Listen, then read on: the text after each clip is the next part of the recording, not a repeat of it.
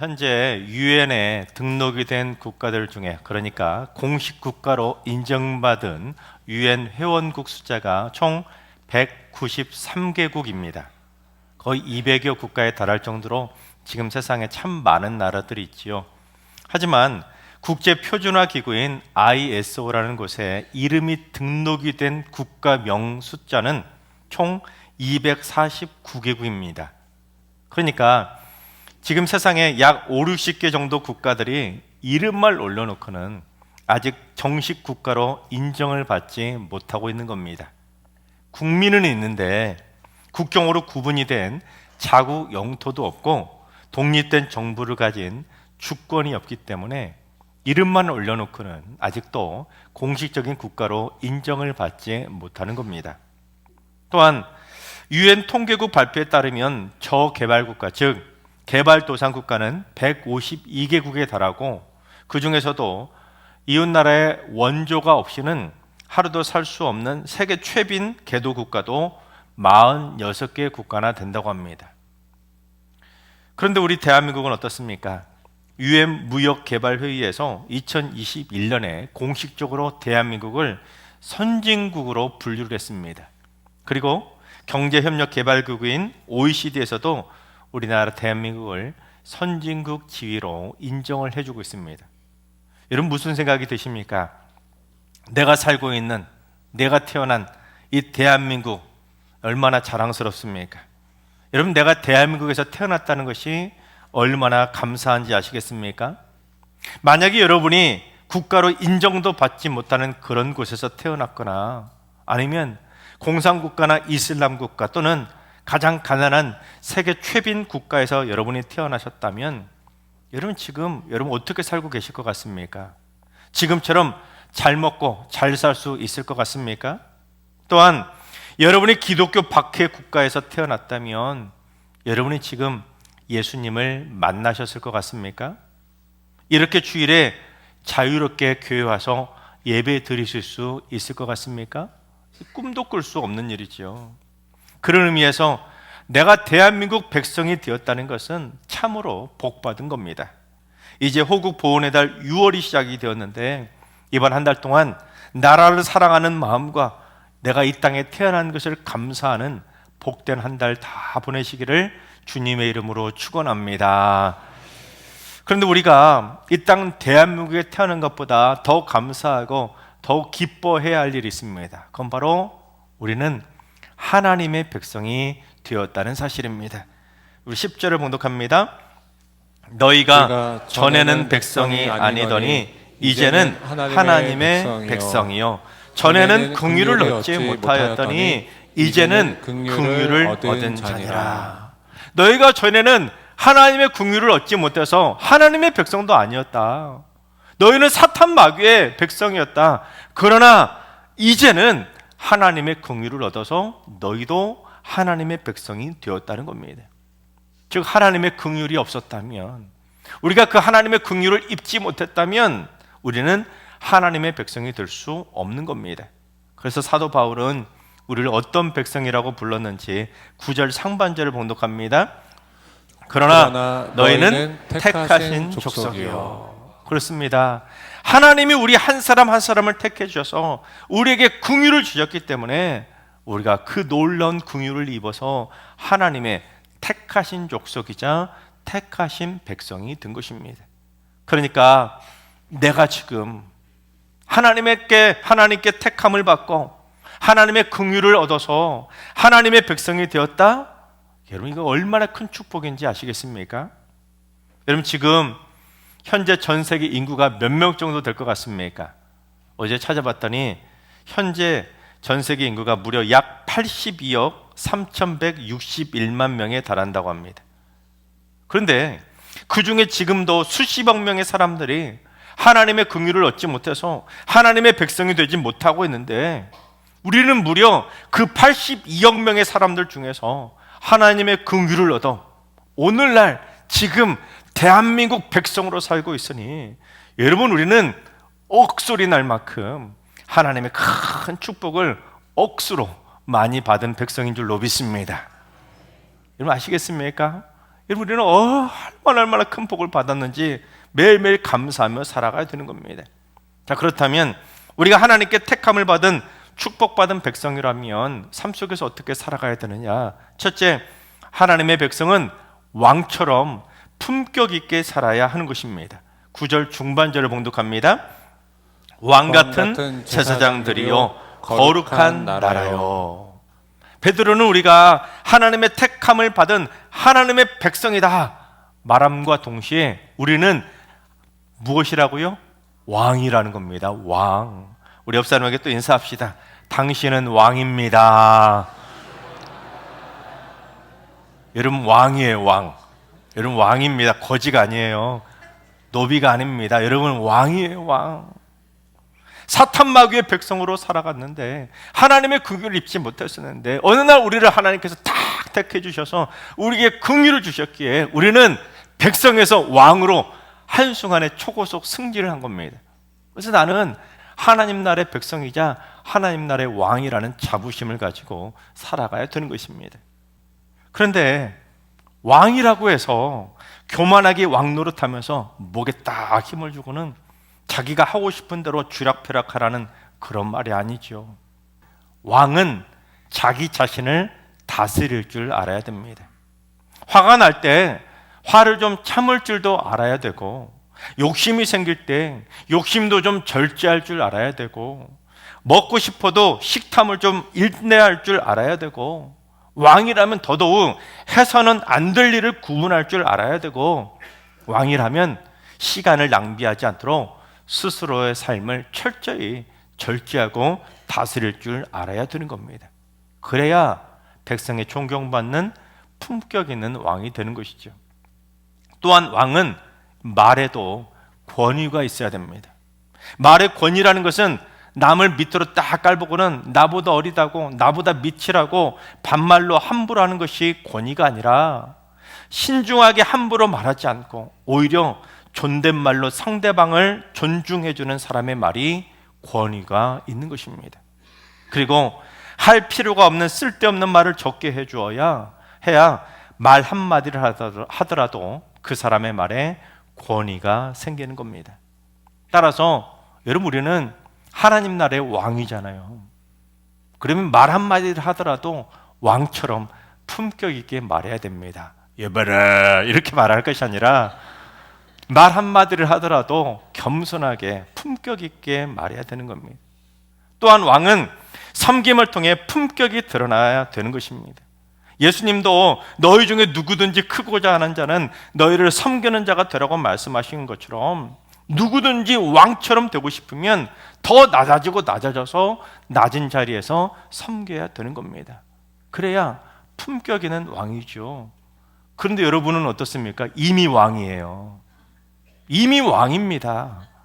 일부러 왕이 되려고 바등바등 발악할 것이 아니라 여러분 우리는 왕이니까 이미 더 낮아지고 겸손해서 하나님 앞에서 품격 있는 왕으로 인정받아야 되는 것입니다. 바라옵기는 우리 모두 하나님 나라 백성들에게 사랑과 존경을 받는 품격 있는 겸손한 왕들로 존경받게 되시기를 주님의 이름으로 축원합니다. 둘째, 하나님의 백성은 제사장처럼 거룩하게 살아야 하는 것입니다. 여러분 하나님을 왜 하필이면 우리를 하나님 나라 백성이자 왕이라고만 해도 될 텐데 왜 하나님은 왕 같은 제사장이라고 하셨을까요? 그건 바로 이 세상이 너무도 악하고 타락했기 때문입니다. 즉 택함 받은 하나님의 백성은 이 악한 세상에서 거룩한 하나님의 나라를 세워가야 될 막중한 사명을 받은 거룩한 제사장이라는 것입니다. 특히 구약의 율법에 의하면 제사장들만 누릴 수 있었던 놀라운 특권이 있었습니다. 그 특권은 왕도 가질 수 없었습니다. 그게 뭐냐면 오직 유일하게 제사장들만 하나님이 계시는 성소 안에 들어가 하나님을 만나고 예배할 수 있었습니다. 제사장만 하나님께 나와 예배 드릴 수 있었던 겁니다. 여러분, 그런데 하나님께서는 오늘날 우리를 택해 주시며 왕 같은 제사장으로 삼아 주셨기에 이제 우리는 누구든지 예수님만 믿으면 하나님 앞에 직접 담대히 그리고 당당히 나아가서 하나님을 예비할 수 있게 된 것입니다. 그래서 제사장이 된 우리는 제사장답게 살아야 되겠지요. 그래서 제사장답게 하나님을 만나러 하나님의 성전에 더 자주 나와야 되는 겁니다. 왕 같은 제사장인데 하나님을 만나러 성전에 가뭄에 콩나듯이 어쩌다 한 번씩 연례 행사처럼 부활절에 한 번 나오고 성탄절에 한 번 나오고, 그러면 어떻게 제사장이라고 말할 수가 있겠습니까? 내가 오고 싶을 때만 오는 사람을 어떻게 제사장이라 말할 수가 있겠습니까? 하나님을 늘 가까이 하고 하나님 앞에 늘 언제나 자주 나와서 하나님의 성전에 나와 하나님을 예배하는 자가 진정한 제사장이라 말할 수가 있는 겁니다. 그래서 집에서든 학교에서든 직장에서든 일터에서든 언제나 제사장답게 거룩하게 살아가야 그가 진정 왕 같은 품격 있는 제사장이라 인정받을 수가 있는 것입니다. 또한 제사장은 제사장답게 삶 속에서 복음을 전하는 삶을 살아가야 되는 겁니다. 우리 9절 하반절을 봉독합니다. 그의 소유가 된 백성이니 이는 너희를 어두운 데서 불러내어 그의 기이한 빛에 들어가게 하신 이의 아름다운 덕을 선포하게 하려 하심이라. 우리를 이 악하고 어두운 세상에서 불러내어 하나님의 기이한 빛이 있는 그 성소 안에 들어가서 하나님을 예배할 수 있도록 우리를 제사장 삼아 주신 그 하나님의 놀라운 아름다운 덕을 혼자만 앓고 혼자만 안고 비밀로 탁 숨길 것이 아니라 세상에 나가 그 아름다운 덕을 선포하며 살아가야 되는 것입니다. 여러분 생각해 보세요. 우리는 왕 같은 제사장입니다. 그런데 우리가 세상 속에 살 때 내 주변 사람들에게 한 번도 아름다운 복음의 복자도 말하지 않고 내 주변 사람들하고 툭하면 지지고 볶고 싸우고 살아간다면 여러분 내 신분이 제사장이라고 자신 있게 말할 수 있겠습니까? 사람들이 나를 향해 너 정체가 뭐야? 너 진짜 교회 다니는 거 맞아? 그렇게 물어보지 않겠습니까?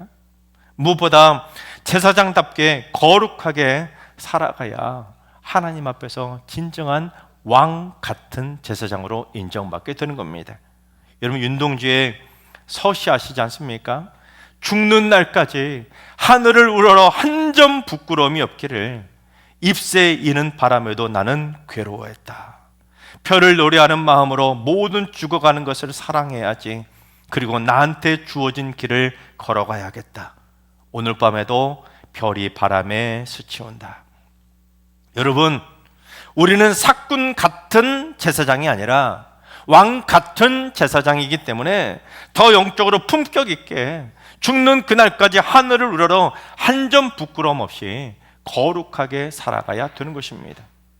살랑바람에도 흔들리는 가냘픈 잎새처럼 큰 죄를 짓고도 목에 힘 빵빵 주고는 안 그런 척 깨끗한 척 할 것이 아니라 작은 죄악에도 신앙의 양심이 흔들려서 하나님 앞에서 괴로워서 몸부림칠 정도로 하나님 앞에서 낮아지는 순결한 마음을 가져야 되는 것입니다. 그게 제사장이지요. 그래서 셋째, 하나님의 백성은 선한 행실로 세상에 복음의 향기를 발해야 하는 것입니다. 11절 12절을 봉독합니다. 사랑하는 자들아 거류민과 나그네 같은 너희를 권하노니 영혼을 거슬러 싸우는 육체의 정욕을 제어하라. 너희가 이방인 중에서 행실을 선하게 가져 너희를 악행한다고 비방하는 자들로 하여금 너희 선한 일을 보고 오시는 날에 하나님께 영광을 돌리게 하려 함이라. 하나님께 택함받은 왕같은 제사장인 우리는 영혼을 거슬러 싸우는 육체의 정욕을 제어하고 끊어내라는 겁니다. 순결하게 순전하게 살라는 거죠. 심지어 우리가 악하다고 우리를 비방하는 안티크리스천들 앞에서조차도 우리의 선한 행실, 착한 행실을 그들에게 보여주어서 만약에 주님이 이 땅에 다시 오셔서 이 땅을 심판하시는 날 그들로 하여금 하나님께 영광을 돌리도록 해야 된다는 겁니다. 이야, 역시 하나님을 믿는 사람들은 다르구나. 내가 왜 그때 몰랐지? 나도 저 사람들처럼 예수 믿었어야 되는데 하고 하나님께 영광을 돌리게 만들어야 되는 것입니다. 여러분, 이번 달 6월 25일에 영화 한 편이 개봉이 됩니다. 영화 제목이 뭐냐면 무명이라고 하는 제목의 기독교 영화입니다. 어떤 내용이냐면 일제강점기 시절에 우리나라에서 복음을 전하시던 두 명의 일본 선교사에 대한 실화입니다. 그분들이 누구냐면 노리마침 마사야스와 오다 나라지라고 하는 이름을 가지고 있는 선교사들이었지만 이 땅에서 이름 없이 빛도 없이 무명처럼 복음만 전했던 잊혀진 분들입니다. 목회자인 저도 그들의 이름을 생소할 정도로 무명에 가까운 이름 없는 선교사들이었지만 이 땅 대한민국에 자신의 이름을 남긴 것이 아니라 선한 행실로 오직 예수님의 사랑의 향기만 남기셨던 분들입니다. 먼저 노리마침 마사야스는 사무라이 명문 가문에서 태어난 장남으로 태어난 그러한 금수저 중에 금수저였습니다. 때문에 안정된 관직도 받을 수 있었고 미래가 탄탄히 보장되었습니다. 그러다 1896년에 조선에서 건너온 한 남자로부터 조선의 국모가 일본인에게 살해당했다는 소식을 듣게 됩니다. 그리고는 엄청나게 괴로워합니다. 아니 어떻게 남의 나라 국모를 죽일 수 있을까?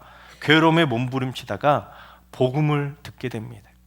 그러자 암흑과 같던 조선 땅에 단 한 가지 필요한 것이 바로 복음이라는 걸 깨닫고는 일본인으로서 그 죄책감을 가진 채 주변 사람들의 만류를 불구하고 일본 개신교 최초의 선교사가 되어 제물포를 통해 이 땅 조선에 입국을 하게 됩니다.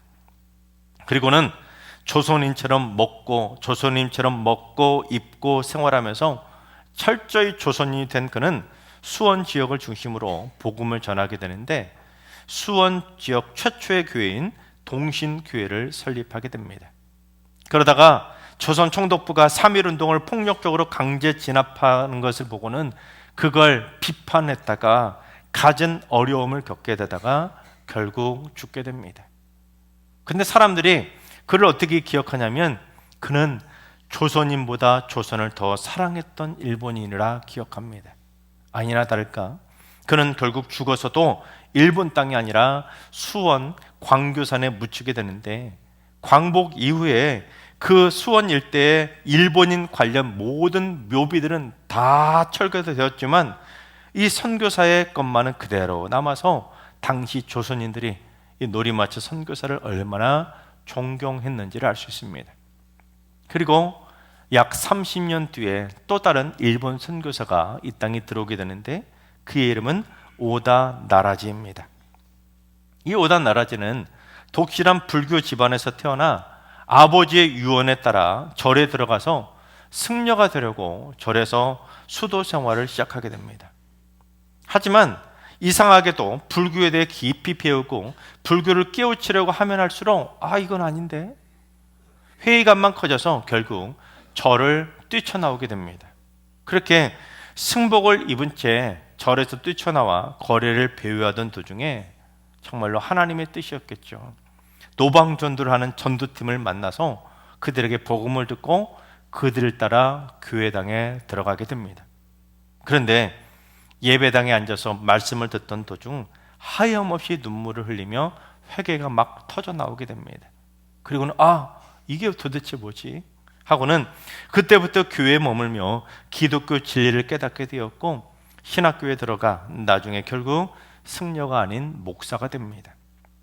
그런데 뒷산에 올라 새벽 기도를 드리던 어느 날 조선으로 건너가라는 하나님의 음성을 듣고 바울을 떠올리게 됩니다. 그래서 바울처럼 모든 사람들의 만류에도 불구하고 너 거기 가면 죽는다고 하는데도 지금 가장 복음이 필요한 땅이 조선임을 깨닫고는 이렇게 고백합니다. 지금 일본은 조선에 많은 죄를 짓고 있다. 나는 일본인이 다 사죄하지 못한 일까지 사죄를 빌면서 여생을 한국에 와서 한국인이 당하는 고통을 함께 체험하면서 살기를 바란다라고 말하면서 사죄하는 마음을 가지고 불과 21살의 나이에 조선 땅에 들어와 복음을 전하게 됩니다. 그래서 그는 한국 이름 전용복으로 활동을 했지만 그가 일본인이라는 것이 알려지게 되자 결국 조선인들에게 배척을 당하게 됩니다. 그래서 이북 지방에 사람들이 많이 살지 않는 골짜기로 들어가서 그 많은 사람들이 살지 않는 곳에서 복음을 전하게 되었는데, 어느 날 평양 숭실대학교 강당에 6천 명이 넘는 조선인이 모인 상태에서 그가 강연할 기회가 주어지게 됩니다. 그때 그가 뭐라고 했냐면, 신사참배가 종교 행위가 아니라 국민 의례라고 하는 일본의 소리는 거짓말이라고, 신사참배는 종교 행위라고 용감하게 신사참배를 반대하게 됩니다. 결국 강연을 마치고 나오다가 일본 순사들에게 체포가 돼서 유치장에 갇혀 독립운동을 했다는 죄로 갖은 고문을 받게 됩니다. 일본인이 이 땅에 들어와서 할 필요도 없는 독립운동했다고 고문을 당한 거예요. 그러다 한 번은 일본 서장이 조선인을 전쟁에 동원할 수 있도록 동원하는 강연을 해주면 내가 풀어주겠다고 제안을 했지만 거절하게 됩니다. 왜냐하면 이 땅의 독립을 위해 이 땅에 들어왔고 이 땅의 복음 전파를 위해 들어왔기에 그는 거절한 겁니다. 그러자 손과 발이 묶인 채 천장에 매달려 구타를 당하는 끔찍한 고문을 당하게 되었고, 그러다 결국 1939년에 일본으로 강제 추방을 당하게 됩니다. 그게 바로 그 무명이라고 하는 영화에 나와 있는 내용입니다. 노리마침 마사야스와 오다 나라즈는 원래 둘 다 하나님을 믿지 않던 사무라이에다가 승려로서 절대로 하나님을 믿지 않을 만한 환경에서 자랐던 청년들이었는데, 조선을 침략했던 침략국의 백성이었는데, 그럼에도 불구하고 그 둘은 하나님께 어느 날 택함을 받아 하나님의 천국 백성이 된 것입니다. 놀라운 긍휼을 입게 된 것이죠. 그리고는 빛을 잃어가던 조선 땅에 복음의 빛을 들고 들어와 왕 같은 제사장답게 이 땅에 선한 영향력을 끼치며 하나님께 영광을 돌릴 수 있었던 것입니다. 하나님께서 사랑하시는 여러분, 나는 하나님께 택함을 받아 하나님의 긍휼하심을 입은 하나님의 백성임을 잊지 마시기 바랍니다. 무엇보다 나는 왕 같은 제사장이라는 사실을 기억해서 삶의 매 순간 자신의 삶을 잘 절제하고 말의 권위를 가지고 왕으로서의 품격을 갖추시기 바랍니다. 또한 제사장처럼 매일매일 거룩하게 살아가시고 제사장답게 하나님을 만나러 더 자주 성전에 나오시고 하나님과 더욱 가까워지시기 바랍니다. 그리고 삶 속에서 아름다운 복음을 전하며 살아가시고 여러분의 선한 행실과 착한 삶을 통해서 이 약한 세상에 복음의 향기를 바라며 살아가시기를 주님의 이름으로 축원합니다.